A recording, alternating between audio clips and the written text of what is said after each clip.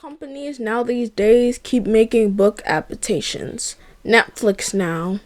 Once upon a time, in a fairy tale kingdom, where all streaming services live. Blue Sky. Tweet, tweet, tweet. Oh, or should I say what a Disney peculiar now? bird you are. Netflix now. now. Go make me a dress. Give me Nimona now. Help! Help! It's Netflix! They're here to capture one of our canceled book movies. I want Nimona. Get her! Fine! We'll give you her. Help! Help! Help! Help! Help! Help! Welcome back to another Aquatic Raptor video, and man, we're in a lot of stuff for there, but before we get into it, I just got stretched for a bit because we're gonna be in for a long ride, everybody.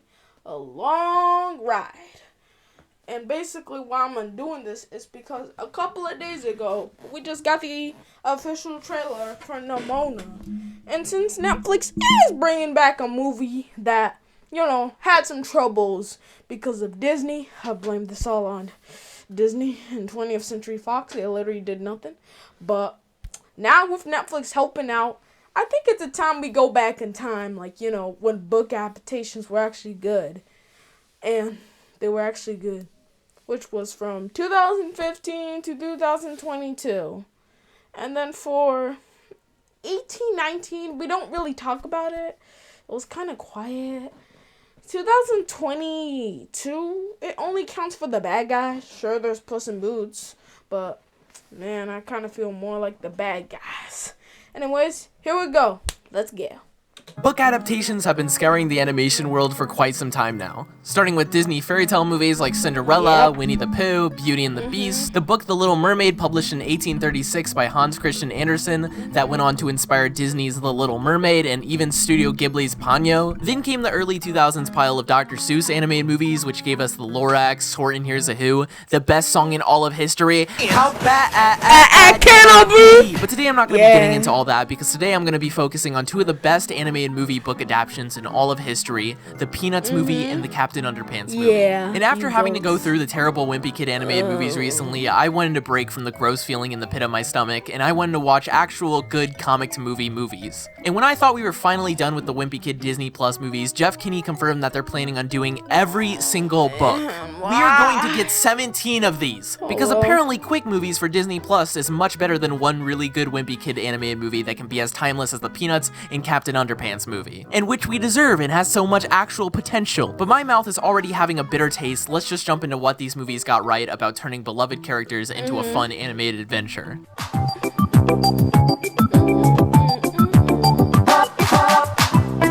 Captain Underpants and Peanuts movies. Let's go! Also, watches one of these movies this weekend. I already watched the Captain Underpants. Starting off, we got the movies, Peanuts movie coming out by Blue Sky, rest in peace, in the warm, in nostalgic peace. year of 2015. Competing with other animated movies like Inside Out, Hotel Transylvania 2, and Minions. I'd be so mad if I released an animated movie the year Minions came out. Peanuts went on to reach a respectable $246 million worldwide, and was pretty well received, although it didn't hit as huge strides as movies that have defined culture such as Shrek, Toy Story, Despicable Me. A lot of people appreciated the simplicity and the comfort-like feeling this movie gave off.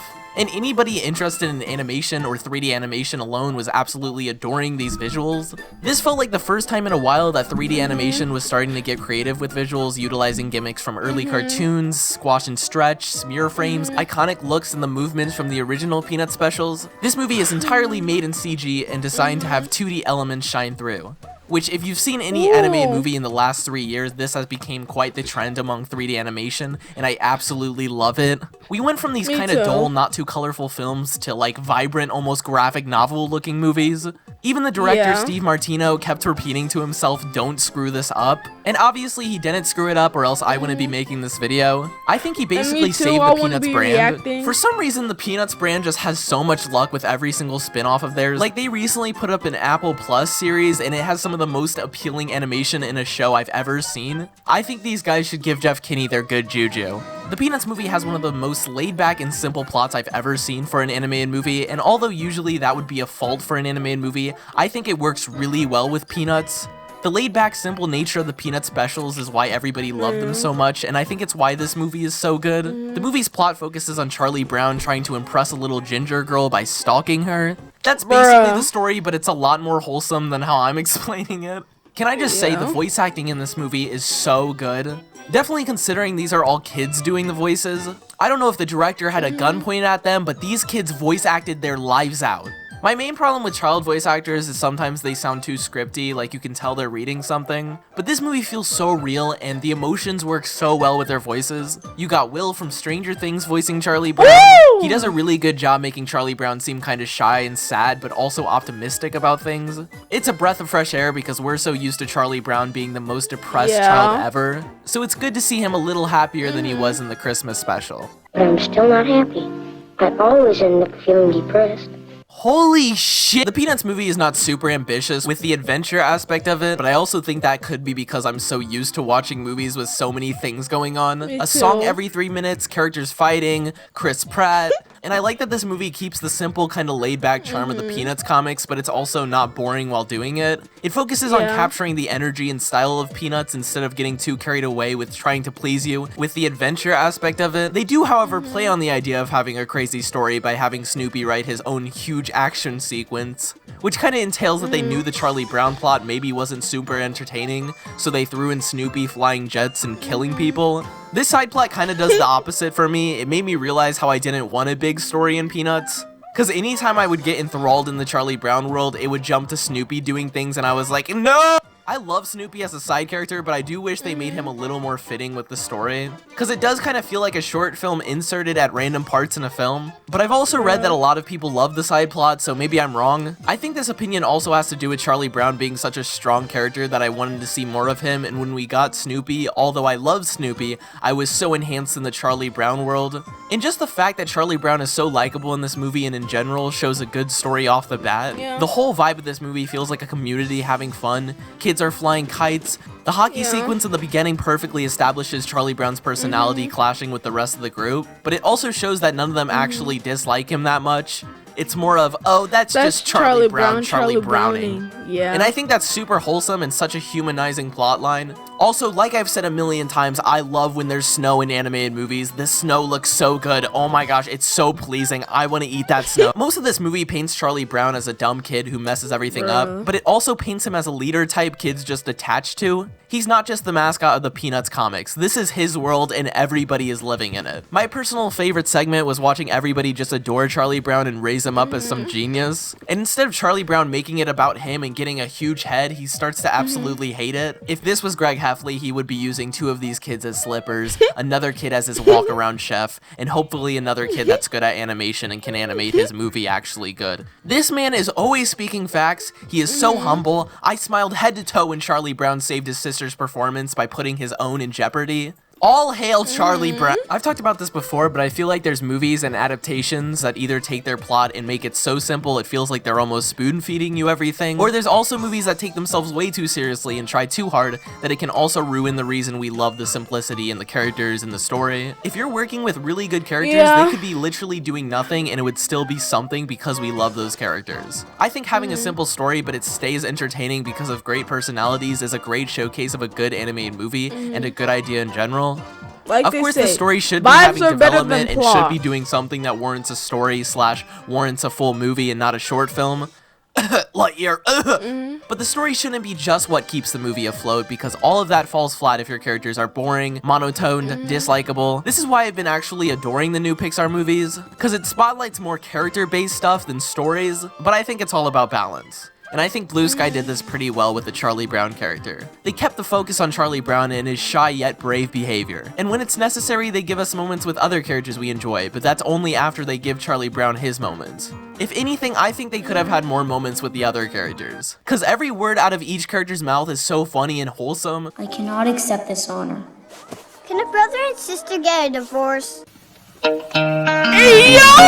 What the heck? Every time you pause this movie, you will see a new character look, new ideas for positions, cool zoom-ins on props. Awesome angles that would probably be hard to get right. I can't draw from this angle, it would look so bad. The character would lose its legs and half of its features if I drew it, so this is just incredible they managed to get this angle right. The parts where it's snowy and dark outside look so good, it just gives me like this pop-up book feeling. I also need to add Pigpen is my bro. This guy is a lady magnet. He just walks around in filth and is fine with it. And that is like me. I walk around looking like this all the time. Besides the Fire Meghan Trainor song, I also like that this movie doesn't insert anything that doesn't fit with the story. There isn't a silly, goofy pop culture reference. It wasn't overly marketed like every Illumination movie has been. Yeah. And all that just makes it a tad bit more special and a true tribute to Charles Schultz. They even added his little signature at the end and like the drawing of his, oh my gosh. I would not be able to work on this movie if I had to edit that part. I would be smiling, crying, bawling.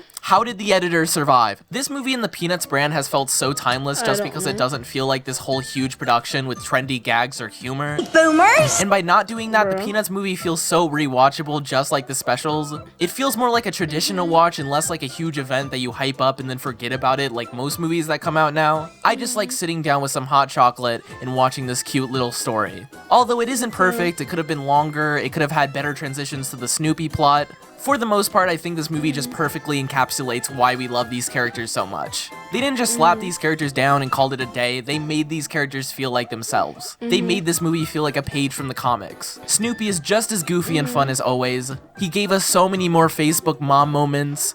Charlie Brown has some great voice acting, and his shy and scared personality shines through and gives him such easy development that's not too out there but not too invisible. At this point, I'm sounding like I'm trying to fit a word count in an essay, so in conclusion, the Peanuts movie managed to capture the exact feel people wanted for an adaptation, and I couldn't be more happier with what we got. It's time for my favorite segment of this video. It's time to get into the Captain Underpants movie.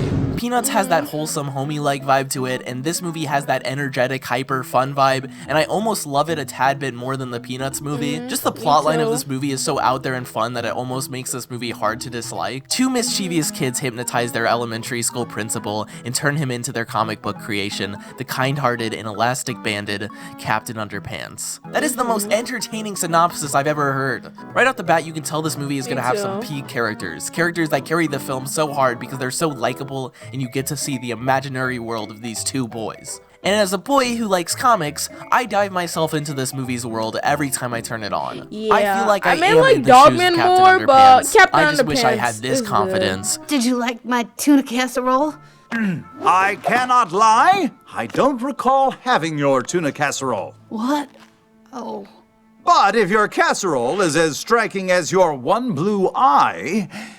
Oh, I didn't think you noticed. Oh my. Two blue eyes.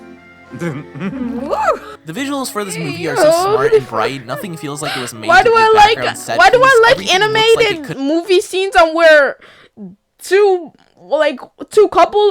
people are flirting? Like first they did it with the Super Mario Bros. Movie, and now all come have on. a purpose in the story. Like this turtle alone has enough energy and color that it could fuel a big factory for an entire day. I've never seen a more appealing cartoony design. I would buy the plushie of this.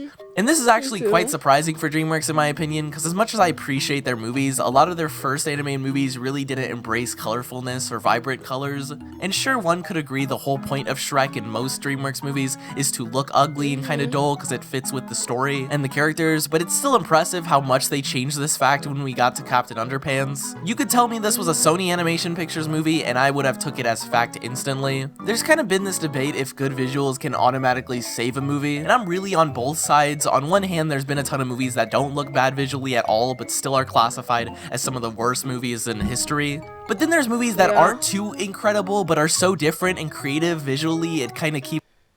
It's everything you wish for. Your site traffic is skyrocketing.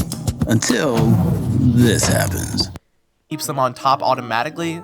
I saw a video called Vibes Are Better Than Plot, and this really had me thinking, and it definitely correlated with me. I'm more of a feeling and experience guy, and I'm not too picky, so if I'm seeing a movie, I'm not praying constantly for a good plot. I just want to feel like I'm in that world. I just want the aesthetic and the hype of the production. However, if a movie has both, which the Captain Underpants movie does, then it's just a win-win. Let's talk a bit about the comedy, as it's one of the biggest positives with this movie, and something most people will repeat when mentioning this movie. It's something everybody expects to be stupid, stupid, but when they actually take the time to check it out, they're completely enthralled in its humor. This movie is similar to what I call the Lego Batman approach to its comedy. By taking itself so seriously to the point it's not taking itself seriously at all. I hope that makes sense. Captain Underpants is a fairly mediocre superhero in the worst outfit known to man who believes he has a purpose as a superhero who needs to save the world. And that already adds dynamic because that's the joke. He's not a superhero. He just thinks he's one. And his overly optimistic view of his position creates the gags almost immediately. And that is definitely the reason I love the comedy of the Lego Batman as well so much. It shows upon these characters who have such a confidence and brave idea of the world simultaneously as all that is revealed to not be true and the world slowly crumbles down where they realize, hey, not everything is perfect and that's okay. The best example is the Lego Batman singing about how cool he is while mentioning very silly things he does that has more to do with a middle-aged man than a superhero. And it was fire. It's perfect. Yeah. Awesome may try not to bring up the Lego movies every time he's talking about another animated movie. The Captain Underpants movie doesn't feel like it's forcing you to laugh by gunpoint. It doesn't expect you to get its humor. So in turn, you can tell the writers are mostly just winging it with what they think would be fun to add. And it comes off so much more genuine as a lot of animated kids movies. This movie takes self-aware and sometimes fourth wall breaking humor, but makes it work because these characters fit with it. And it keeps moving along. It doesn't feel like it's begging for your attention. Once they mention a silly reference or social media joke, they keep it going and they keep on adding on to that idea, mixing it with new ideas, making it feel so much more realistic in this world, and I just appreciate it so much. It isn't like the 5-minute Keanu Reeves tumbleweed joke in the SpongeBob movie where it's so in your face, you almost feel forced to laugh. Even like segments where George and Harold are specifically talking to you as if they know they're in the movie feel so a part of this world because of who George and Harold are. They're these dumb kids who are imagining them as something bigger, and when they are talking to you, they're really picturing themselves as Comic Inc.'s writers. It goes with their storyline so well, so it doesn't feel like a lazy gimmick as much as a lot of other animated movies that do this. Everything is retained in the world of Captain Underpants, and it takes itself just enough seriously and just enough unseriously for it to not take you out of the world. I feel like I'm at this school. I really love the blue look of this school. Something I love about this movie and the Peanuts movie is that it feels so experimental, but also not to the point it feels cheap or unnecessary. Because when a movie becomes too experimental, it sometimes feels like the animators or writers don't have a clear idea. And although I think movies should try and be as different as possible, when it comes to adaptations, you should also try and focus on the points people already like and expect. But I think the experimental animation and moments in this movie are contributing to the fun plot they already have, making this perfect stew of creativity. There's a whole segment with puppets, there's imagination sequences that I adore. They even managed to fit the comics and the Flip-O-Rama into this movie's plot. Talk about throwbacks. The Flip-O-Rama part is so good. Oh. The Captain Underpants soundtrack is so good, like the song Best Friends, the theme song by Weird Al, so fire.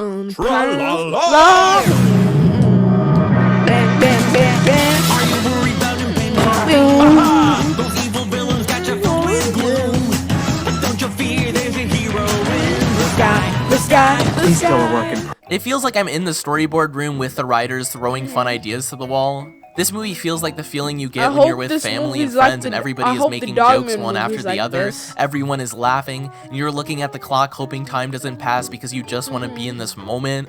That is the feeling I get when watching this movie. I'm not kidding. I know it sounds like I'm exaggerating, but I'm not. I can't express how good the animation in this movie is. Everything is so cartoony and there's so much movement, I just can't look away. If you also look really closely, you can see these little camera movements that go with the character's movement. It's not too noticeable, but it works so well that you feel part of this world. Another part of this movie's comedy is the comedy being unfunny, where this movie takes an approach on this whole idea and creates a villain who hates fart jokes. That is perfect and automatically makes those fart jokes work even more because as we go along, we realize how dumb the villain is for thinking this way. These kids aren't juvenile, gross, unoriginal delinquents. These are just kids having fun, and they aren't thinking too deep if it's funny to others or not. Kinda like my videos. You don't think my cut-off humor is funny? Well, and the potty humor works because it correlates to the story and the characters' personalities. Telling a motivational story about being your true self and not taking life to the extreme all the time. It's okay to laugh at the word poopy. Speaking of perfect endings, this movie ends with one of the best segments in movie history, where George and Harold realize the reason the real Mr. Krupp is so sad and angry and mean is because he doesn't have anybody. And they set on the ultimate prank, setting him up for love. And we get the most wholesome moment ever. By the way, I was tidying up my office, and I believe these belong to you. Her comics. Did you just pull that out of the garbage can? Well, I read them, and considering they're completely implausible, juvenile, and filled with the lowest form of wit, potty humor, they're actually pretty funny. See you later! Well, how about that?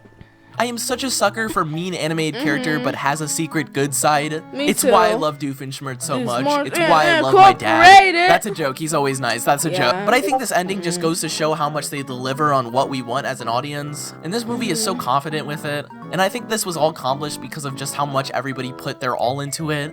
The voice acting is phenomenal. It's so much easier to have fun with an animated project or movie in general as a connoisseur of movie making when the person you're casting really appreciates what they're doing. And you can tell a lot of these expressions fit so well because they were centered around the great voice acting. This is the first time Kevin Hart has got to voice a character that isn't really annoying, and his voice acting is really great in this movie. Oh, and the villain Professor Poopy Pants, oh my gosh, is every word out of this guy's mouth so good and honest. I love whenever this guy is on screen. He's so over the top and he knows he's over the top, and the voice acting is over the top, and it's so entertaining. It is like consuming sugar. I love how Poopy Pants is just kind of the anti-hero. Like, he's a dumb, mean guy, but he's also honest and agrees with other people's points. Everything he says works so well with his character. Sir. Yes? I love it. Oh, look at this. We got a grade A suck up. Good to know. Good to know. The fact that Dave Pilkey, the author of the Captain Underpants series, went from teachers having to kick him out into the school hallway every day because he couldn't concentrate, to a huge selling author with a whole dang DreamWorks adaptation just goes to show how if you really care about something and work hard and stay creative, you can really do anything. And that just shows so well in this movie. Also, the fact that Dave Pilkey's mom would always tell him, well, maybe something good will come out of all this, is absolutely crazy and awesome that all this did come for him. And that's basically my thoughts. I think you can tell I like these movies. This video really has no other purpose but to just explain how much these movies have impacted me and animation as a whole. Because I feel like though there is quite heavy praise for both of these movies, they still get kind of pushed under the rug when it comes to animated movies. And that could be the fact they're adaptations, and that could kind of make them a little less out there because it's not entirely a new huge blockbuster. But I think that's dumb because these movies actually deserve all the support they can get. And in a time where trendability is kind of becoming a thing with all movies and media in general, the rise of TikTok has made everything have to be clippable and shareable. It's nice to have these laid-back, warm movies to come back to. As for what makes these movies work and the wimpy kid animated ones not work, has to do with the heart going into it. There's not a clear science to how to make a good adaptation, and I'm guessing 100% the animators just got lucky and worked with a good script and team, and it was just destined they didn't have much struggles with ideas. But I do think the clear difference is that you can tell the wimpy kid animated movies were meant to please a Disney Plus content tornado, whereas Peanuts and the Captain Underpants movie feel like actual passion projects for the people making them. There was no reason for DreamWorks to make a Captain Underpants movie as much as Disney had a reason to make a quick Wimpy Kids special, and that in its own proves Captain Underpants and the Peanuts movie were made solely because creative people wanted to make them and had fun with making them. Wow, that was a mouthful. I need to breathe. Yeah, buddy. Breathe. I hope you guys took something from this video. Either way, thank you for listening to me talk about my interest on animated movies again.